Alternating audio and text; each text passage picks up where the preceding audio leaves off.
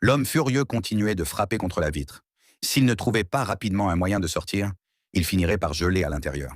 Dans un moment de désespoir, Jack eut soudain l'idée que s'il détruisait le distributeur, cela déclencherait probablement l'alarme, ce qui pourrait les sauver.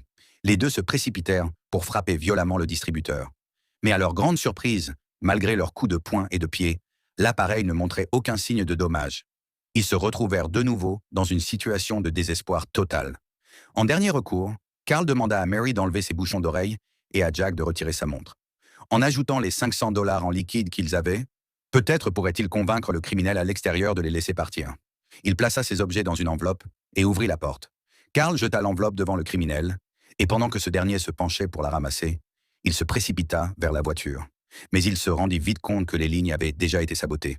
Ne sachant que faire, il prit rapidement le téléphone portable de Mary pour appeler la police.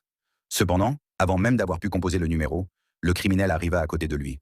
Pris de panique, il se rua vers une autre porte de la voiture, sans avoir le temps de récupérer le téléphone, et retourna rapidement dans le kiosque. Bien qu'il ait échoué à s'échapper, Carl avait au moins réussi à sauver sa vie. Avec l'air glacial qui entrait dans le kiosque, les trois frissonnèrent de froid, sans solution. Mary sortit son rouge à lèvres et écrivit SOS sur la vitre, espérant attirer l'attention des véhicules qui passaient. Alors qu'ils se frottèrent les mains pour se réchauffer, ils remarquèrent que la voiture de police était revenue. Cette fois, les policiers remarquèrent enfin leur présence.